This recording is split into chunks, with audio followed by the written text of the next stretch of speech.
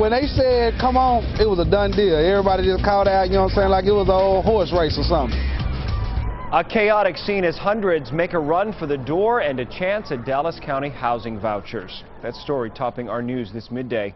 Thank you for joining us, everyone. I'm Ron Corning. Rental assistance at what price? At least 8 people suffered injuries while trying to line up this morning to apply for a limited number of Dallas County rental vouchers. That after waiting for hours in their cars. Channel 8's Cynthia Vega joining us live now from the Jesse Owens Memorial Complex in Dallas with more on what happened there. Hi, Cynthia. Well, hi, good afternoon to you. You know, the organizers are telling us they did expect a huge crowd given the state of the economy and given that those with no to low income are truly in need of rental assistance. But in fact, people began arriving as early as 4 o'clock yesterday, but they had to park, Ron, all the way across the street. And many of them stayed there all through the night on a very hot night. And you could just imagine at 5:30 this morning when the gates finally opened, that's when things got out of hand. Saw people run, so I started running and I slipped and fell all over the pavement. In my knee, my arm. Jordan Spivey's all scuffed up after taking quite a tumble this morning, but grateful she wasn't trampled too, as hundreds raced to be first in line to apply for a Dallas County voucher for rental housing assistance. It was a madhouse.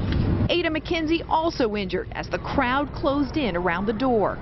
As you can see, the white all on my arm from being pinned up against the wall so strongly. People pushing, fighting. Ambulances arrived with paramedics treating at least 7 to 8 people injured as the chaos continued. At the front door, and then the laws say they're going to mace. So when they said that, that's why everybody started running. And then they said, no, we're not going to mace. The line is on the other side.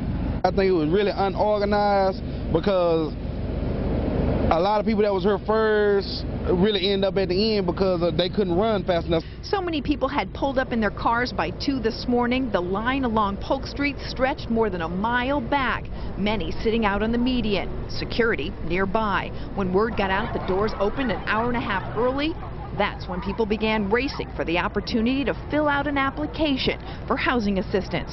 Was it worth it? I hope so. I mean, I'm a student working 3 jobs, so I would definitely, need help with my rent so I don't have to work as much and focus on school.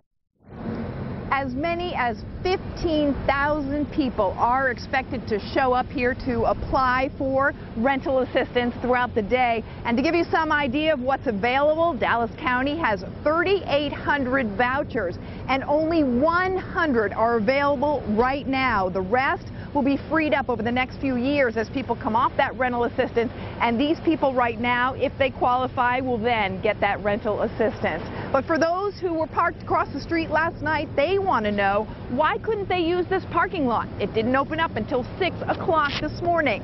Well, organizers say they were not supposed to show up that early. Reporting live here in Dallas, I'm Cynthia Vega, Channel 8 News. Cynthia, thank you for that. And still the question remains this midday, why did organizers also not plan for this number of people and have more security in place to keep the crowds under control?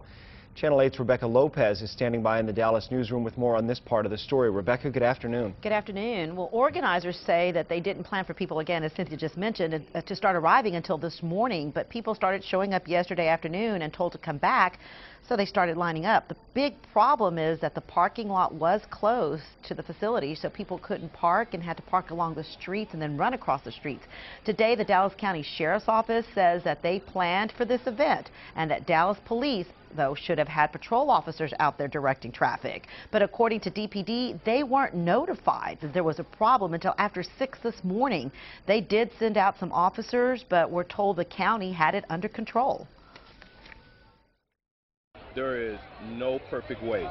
We feel like with the Dallas Sheriff Department, DISD Security, and Dallas County Security, we have managed the situation very well.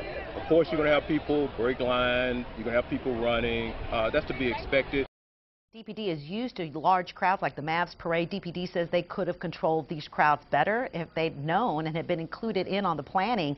I talked to high-ranking officers who say that they weren't informed, so they didn't have a plan in place. They could have had their response teams ready, extra patrol officers, barricades.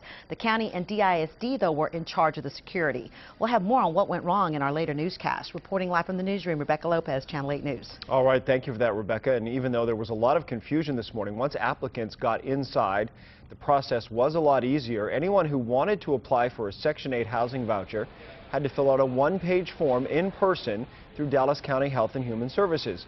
Health officials had to process 4,000 to 5,000 people just this morning, but they say they only had about 3,800 vouchers over the next few years. Just filling out that form doesn't mean applicants will get help with their rent, but first and foremost, they must be eligible. This process is a real user-friendly process. It's a one-page application. They'll come in, fill out the application. We will call them back, do a thorough background check for income eligibility, and it may be 2 to 4 years before they actually receive a voucher. County health officials say they will keep their doors open until 5 today for anyone who wants to apply for the housing voucher. Remember, the only way to apply is in person. Thousands of people are expected at today's rental assistance event. We will have continuing coverage throughout the day on News 8 and on WFAA.com.